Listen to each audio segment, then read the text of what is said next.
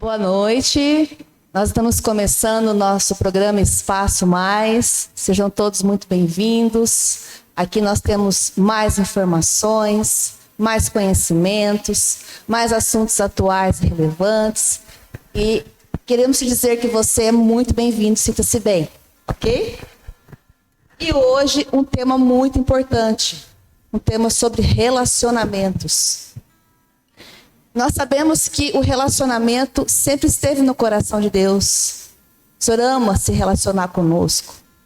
E por que será que hoje nós enfrentamos tantas dificuldades em relacionar? Por que existem tantos conflitos, tantos desafios acerca do relacionamento? E para falar desse tema aí tão importante nos dias atuais, eu convidei o pastor Felipe.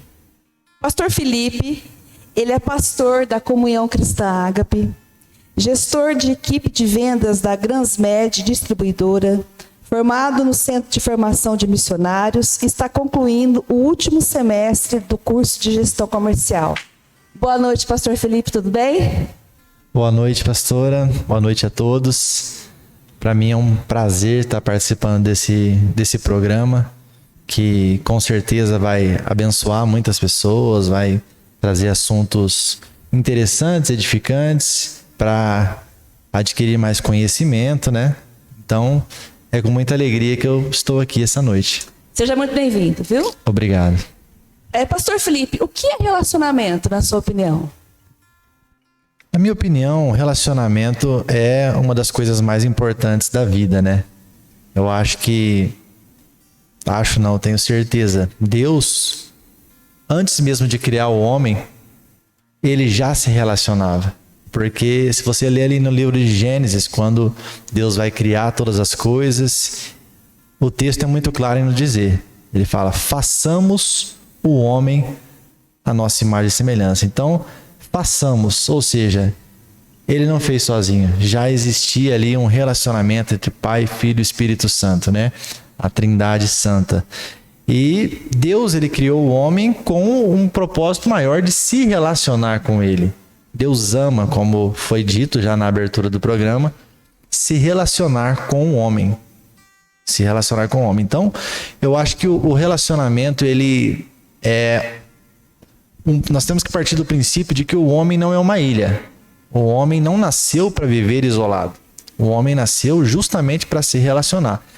E o relacionamento é uma grande ferramenta para que a bênção do Senhor chegue até as nossas vidas. Eu tenho para mim que a bênção, ela vem de Deus, mas ela vai alcançar nossas vidas sempre passando pela vida de outra pessoa. Porque essa foi a forma que Deus instituiu. Então, por isso que nós usamos o termo às vezes, né, de ser um canal de bênção na vida de outra pessoa. Porque eu creio que dessa forma, relacionamento tá no coração de Deus, nós fomos feitos para nos relacionar e é uma ferramenta para que a bênção do Senhor chegue até nós. Okay. Relacionamentos saudáveis, o que seria, na sua opinião? Eu creio que relacionamento saudável é aquele que é nutrido por empatia. É um relacionamento que ele respeita o limite do próximo. Relacionamento saudável é aquele que a pessoa tem um comportamento altruísta, que consegue pensar no próximo em primeiro lugar, que consegue se colocar no lugar do outro. Eu acho que isso é que traz saúde para um relacionamento. Creio que, como a palavra de Deus diz, né, que nós devemos amar o próximo como nós amamos a nós mesmos. Isso nos ensina muita coisa sobre relacionamento. Aquilo que nós desejamos a nós devemos fazer primeiro ao próximo. Tudo aquilo que nós desejamos que aconteça conosco. Então, eu acho que Jesus, ele nos deu sempre o maior exemplo, né? Ele sempre se doou, ele sempre se entregou pelo próximo, pelo outro. E a palavra de Deus nos ensina muito claro isso. Então, eu acho que em todos os sentidos na vida, seja no casamento, seja no dia a dia, nos relacionamentos de amizade, relacionamento entre pais e filhos, entre irmãos, o segredo é sempre procurar olhar com o óculos do outro. Eu acho que isso faz toda a diferença para a saúde do relacionamento. É porque o que a gente vê muito hoje em dia são relacionamentos egocêntricos, né? A pessoa está dentro do relacionamento, mas é aquilo que ela quer que seja, da maneira como ela quer, ela pensa só nela. E acaba virando assim um ciclo vicioso, né? É o que eu quero, é o que eu penso, é o que eu Exatamente. quero fazer, o que eu sinto, é da minha maneira, é do meu jeito. E como que a gente poderia pensar nessas dificuldades aí desses relacionamentos egocêntricos, na sua opinião? Eu acho que o egocentrismo, né, a idolatria do eu, ela é um grande problema da nossa sociedade, né? A própria palavra também ela nos diz que nos últimos dias os homens seriam amantes de si mesmo, né? Procurariam só o seu próprio prazer. Eu acho impossível um relacionamento ser saudável dessa forma.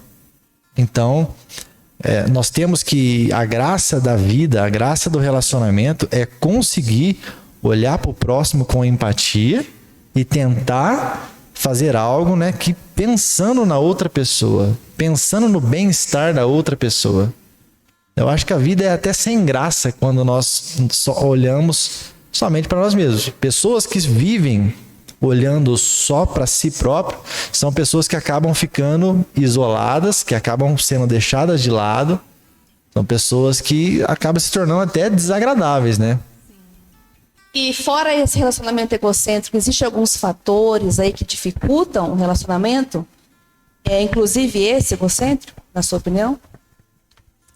Sim, tem muitos fatores que influenciam, que atrapalham, né, no relacionamento saudável. Eles têm aquela pessoa muito crítica, né? Eu acho que uma pessoa muito crítica, perfeccionista, vamos assim dizer, é um tipo de pessoa muito difícil de lidar, muito difícil de se relacionar, porque tudo que você fizer nunca vai estar bom. Ela vai sempre estar procurando uma satisfação além, vai estar sempre insatisfeita com a sua forma de agir, com a sua forma de pensar, e isso atrapalha bastante o relacionamento. Então, hoje em dia, a gente podemos ver assim, que existem vários fatores, não são nenhum nem dois, que prejudicam o relacionamento. Sim. Né?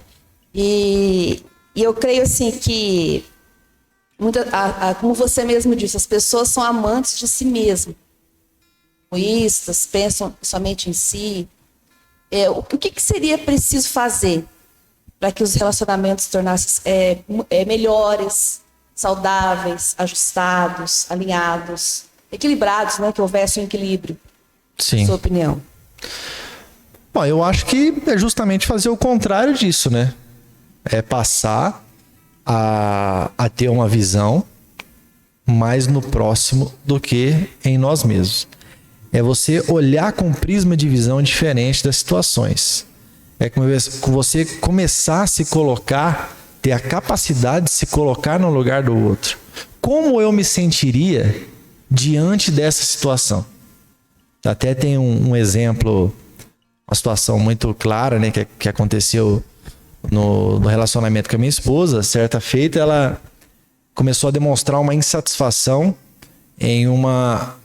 com uma vendedora, né, que ela se dirigia a mim, assim como ela se dirigia a todas as outras pessoas como meu amor. E no dia a dia ali, quando eu via ela chamar o meu patrão, ia chamar o outro, ia chamar o funcionário do estoque, assim como chamava eu, no meio de todo mundo, parecia ser uma coisa normal, né? Até que um dia minha esposa viu uma mensagem dela passando um pedido para mim e se referia na mensagem também dessa forma, meu amor. E eu falei para ela, não, amor, mas é assim, ela chama todo mundo assim, não é com malícia e tal. Uhum. Foi onde ela pegou e falou assim, se coloque no meu lugar. Se você pegasse o meu celular, visse uma mensagem de um rapaz, de um homem me chamando de meu amor, como você se sentiria? Eu falei, justamente, eu me sentiria mal. Então mudou totalmente o contexto daquela situação para mim quando eu me coloquei no lugar dela. Quando ela me induziu a se colocar no lugar dela. Então eu acho que esse é um segredo, assim, é algo muito importante de se fazer. Se colocar no lugar do outro, né? Exatamente. Sim. E eu também tenho uma experiência assim de relacionamento conjugal, que quando eu e meu esposo casamos, existia muita imaturidade. Sim. E, consequentemente, muitos conflitos. Os conflitos eram enormes. Com o passar do tempo, dos anos, foi se adquirindo aí uma maturidade, uma experiência, uma mudança de mente, né? E hoje eu digo que os conflitos hoje não são tão grandes como eram no começo. Você acha que essa questão vamos dizer assim, da pessoa querer, né, nutrir relacionamentos maduros é essencial hoje em dia? Sim, com certeza. A maturidade no relacionamento é algo que tem que ser um alvo para todo casal. Tem que ser um objetivo a ser alcançado. Não só casal, mas por todos os níveis de relacionamento. Eu acho que a maturidade ela começa a se manifestar na nossa vida quando a gente consegue colocar em prática aquilo que é muito falado, né? Aquela famosa frase: você quer ter razão ou ser feliz?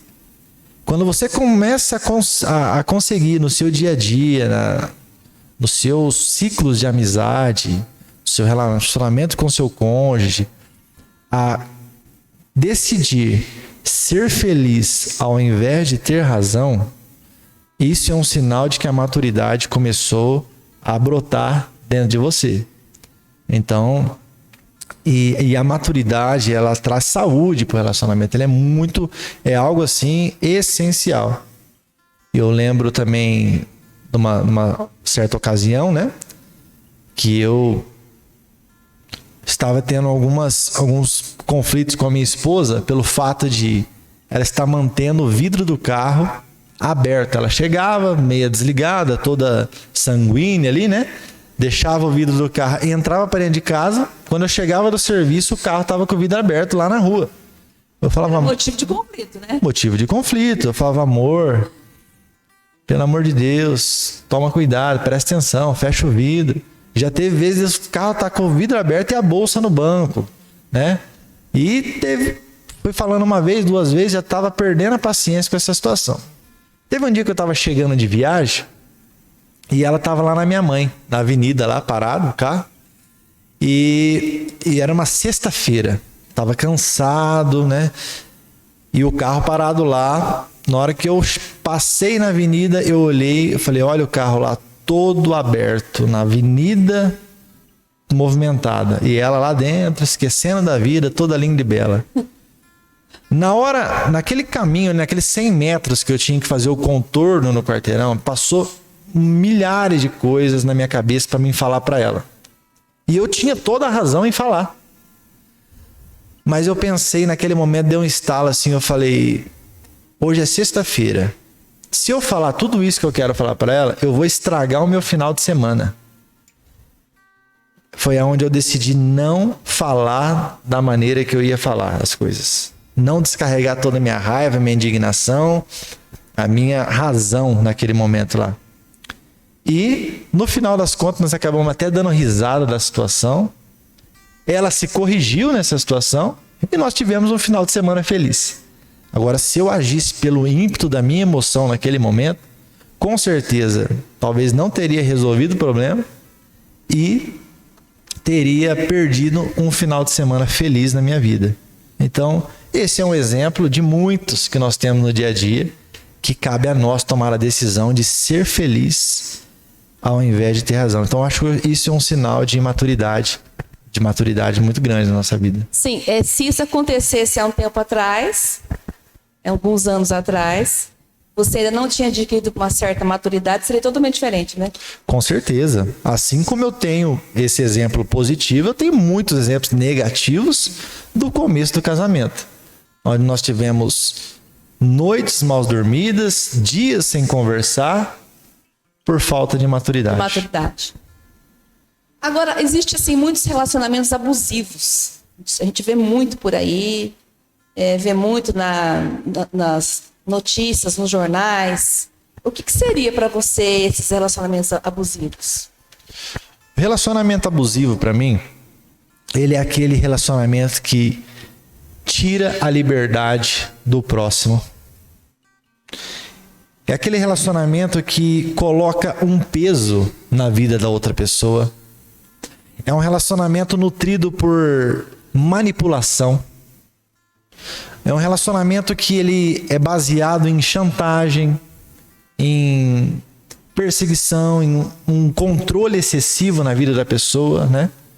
É aquele marido que não dá liberdade para a mulher, que desconfia de tudo, que tem uns ciúmes acima do normal. Ou aquela esposa que não permite que o seu marido tenha um contato com os amigos, ou vivencie um hobby, seja ele jogar um futebol, andar de bicicleta, fazer uma caminhada, ir para uma pescaria.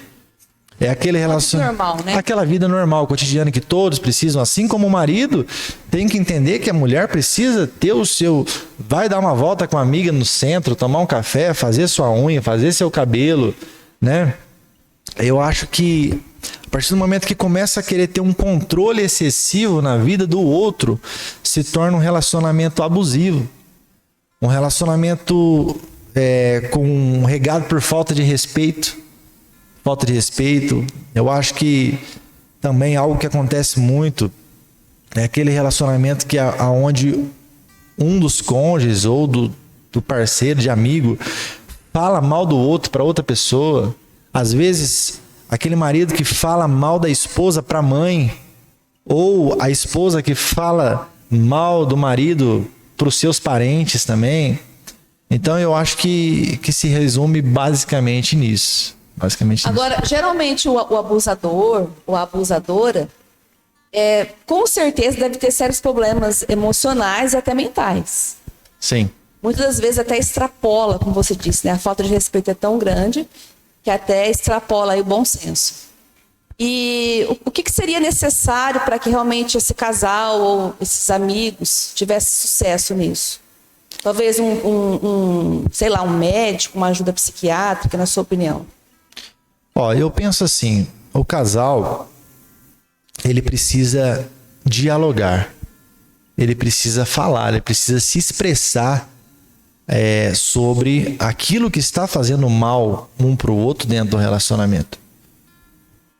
Se não for possível chegar num consenso entre os dois, é necessária a intervenção de um terceiro. No caso, um pastor, ou um líder espiritual, alguém de confiança. Porque às vezes a pessoa sozinha, ela nem se convence que ela precisa de uma ajuda psicológica. Uhum. Então, é onde uma terceira pessoa que está acompanhando a situação, que vai ver a gravidade do problema e vai poder ali dizer e convencer ela, você precisa de ajuda. E existem muitos casos assim, né? Sim, com certeza, muitos. E muitas pessoas às vezes não se abrem, tentam se resolver entre si e não chegam num consenso e vão se degladiando, entra num ciclo destrutivo e é onde muitos casamentos se rompem, relacionamentos terminam, amizades terminam por esse motivo. Então eu acredito que diálogo é tudo. E se necessário for, busca por ajuda. E eu creio que isso é tão sério hoje em dia, porque como você disse, a pessoa às vezes não tem a noção de que ela está abusando do outro. Ela não tem consciência do que está acontecendo. Para ela, às vezes, está tudo bem. Para ela, aquilo lá está normal.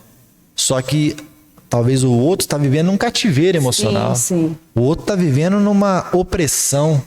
Aonde voltar para casa às vezes é uma tortura. É onde muitos homens ou muitas mulheres começam a buscar escapes em outras coisas. E o lar, a casa, tem que ser um ambiente como se fosse o céu. O lugar de descanso, o lugar de você relaxar, de você renovar as forças, né? Então, eu acho assim que tem que ter iniciativa. Acho que as pessoas precisam ter iniciativa e coragem para a mudança. Tem muitas pessoas que têm medo de mexer. Falam assim, eu prefiro ir levando assim, empurrando com a barriga, e do que mexer. Só que às vezes tem que mexer na ferida, tem que dar um grito mesmo. Tem que falar, não, chega, eu quero me libertar, eu quero paz no meu lar, quero paz no meu casamento, eu quero liberdade para viver a minha vida com prazer. Não é porque eu casei que eu estou numa prisão, que eu estou nessa masmorra, que eu preciso fazer do meu lar, do meu casamento, um ambiente de alegria. Nós precisamos chegar num entendimento, num consenso dos dois. Porque senão se torna uma tortura, realmente. Ou até mesmo um pedir socorro, né? Um pedir socorro já é uma ajuda, já é um aviso, já é alguma coisa, né? Porque às vezes a pessoa, muitas vezes, como você disse, tem receio, tem medo e não pede socorro. Mas se um pedir, se um falar, ó, gente, me ajuda a gente. Sim. E vale a pena. Posso dizer que vale a pena. Eu tenho menos de 10 anos de casado. No começo do casamento, eu sofri muito e precisei de muita ajuda. Nós precisamos de muita ajuda. E às vezes os conflitos eram tão grandes assim, como acontece mesmo em casamento, que chegou momentos que a gente pensar que não dava, que não tinha como, não tinha solução. E hoje, a gente vivendo feliz, bem com as crianças, com a família, eu olho para trás e falo como valeu a pena ter buscado ajuda. Como valeu a pena ter buscado mudança, ter se abrido. Como valeu a pena ter me expressado o que me fazia mal. Assim como minha esposa expressava o que fazia mal.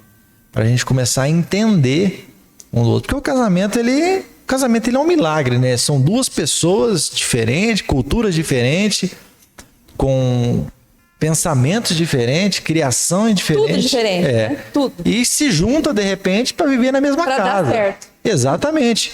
Só que se não tiver o diálogo, se não tiver essa adaptação, não adianta, se você tiver rígido, você não se adapta, você não se encaixa. Então você tem que ceder para você se adaptar, se encaixar e os dois viver felizes, como uma só carne, igual a Bíblia disse. Uhum. Um precisa ceder e o outro também. Com certeza. Agora, falando um pouco da Bíblia, nós sabemos que existiram ali muitos relacionamentos, tanto de casais quanto de amigos. Você pode citar e comentar alguns exemplos de relacionamento que deram certo na Bíblia? Sim, com certeza. Falando de relacionamento, me vem logo à mente o relacionamento de Ruth e Boaz, né? Um relacionamento muito marcado pela lealdade, pelo respeito, pelo amor. Então, eu acho que são características que não podem faltar no relacionamento. Acho que lealdade é uma palavra muito forte. Para mim, o pior tipo de pessoa que existe é o desleal. O desleal, ele é terrível. Então, acho que a lealdade é muito importante dentro do relacionamento. Cumplicidade, respeito. E nós vemos também um exemplo de amizade muito forte na Bíblia, o exemplo de Davi e Jonathan, né? Porque você vê ali que existia uma aliança verdadeira entre os amigos. De alma, né? Uma aliança de alma, de espírito, uma aliança duradoura. Eu acho que E falta isso hoje em dia. Exatamente, isso, né? A durabilidade, a constância nos relacionamentos. O que eu percebo hoje são muitos relacionamentos descartáveis, aonde não suporta um dia mal, não suporta um conflito. E por interesse também, né? E por interesse, exatamente. Então, é difícil você ver hoje relacionamentos duradouros. Eu estava até hoje falando fiz uma entrevista com uma pessoa, né, no trabalho, e ela estava ali comentando, né, que trabalhou 11 anos no mesmo lugar, era da casa do patrão, isso, aquilo, aquilo outro. E tiveram uma discussão agora no final do ciclo e ele perdeu a amizade. Então foram 11 anos nutrindo coisas muito boas. No final do ciclo, por causa de uma situação, eles perderam a amizade e não pode falar um do outro agora. Então, eu acho isso assim uma perca muito grande na nossa vida. E às vezes as pessoas deixam pessoas ir embora como se fosse algo descartável. Esquecem da história que existe.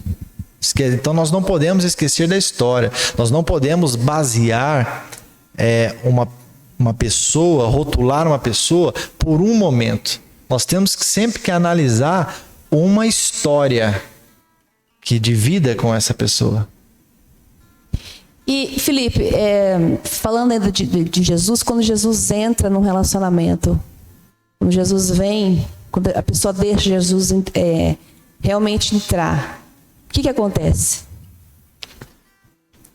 Muda tudo, né? Na verdade, a presença do Espírito Santo em nós faz toda a diferença. E ela que nos capacita a conseguir nutrir relacionamentos saudáveis. Eu acho assim que nós, como seres humanos, aí, podemos ter uma boa educação, podemos ter um bom ensinamento, bons estudos. Só que eu conheço muita gente talentosa, cheia de diploma, que não consegue se relacionar com os outros, que não consegue ter amigos. Por quê? Quando se fala de relacionamento, fala de domínio próprio, fala da capacidade de ceder. E tudo isso são características que só o Espírito Santo é capaz de nos dar. Que foge das características naturais do homem. Porque qual que é a característica natural do homem? É egoísmo, egocentrismo, pensar em si próprio, devolver o mal com o mal, dentre tantas outras coisas ruins que faz parte da nossa natureza humana. E o Espírito Santo, ele vem e habita em nós, e os frutos do Espírito, se você vê lá, é algo marcante, vai totalmente contrário à nossa natureza humana. E o Espírito Santo, né, na pessoa de Jesus, que nos capacita a nutrir um casamento abençoado, um casamento duradouro, um casamento saudável, um relacionamento interpessoal entre pessoas saudável, com amor, com carinho, com respeito, com longanimidade, com benignidade. Então faz toda a diferença. Eu digo que sem o Espírito Santo, sem Jesus, normalmente nós não conseguimos nutrir bons relacionamentos. Nós vamos tratar as pessoas com interesse, como uma muleta, para nós, como um degrau para nós alcançarmos algo que é do nosso interesse. Relacionamento sem Deus é isso. Agora, o relacionamento com Deus não. Nós nos colocamos como uma escada para que outras pessoas cheguem em outros lugares. Nós nos colocamos como trampolins para que outras pessoas sejam lançadas a lugares maiores. Nós desejamos ver o bem da outra pessoa, sem desejar nada em troca. Só através do Espírito Santo. É interessante que se eu tenho um bom relacionamento com Deus, isso consequentemente vai refletir, vai, vamos dizer assim, persuadir no meu relacionamento com todas as pessoas. Sim. Vai ser como se fosse assim um reflexo. Eu tenho um bom relacionamento com Deus, então consequentemente eu vou ter um bom relacionamento com as pessoas. Só que para esse relacionamento com Deus é busca, não é de qualquer forma, não é do dia para a noite, tem que ser uma busca diária, um esforço, e consequentemente eu vou ter um bom relacionamento com as pessoas.